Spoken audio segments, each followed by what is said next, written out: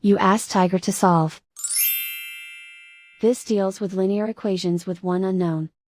The final result is x equals 9. Let's solve it step by step. Simplify the expression.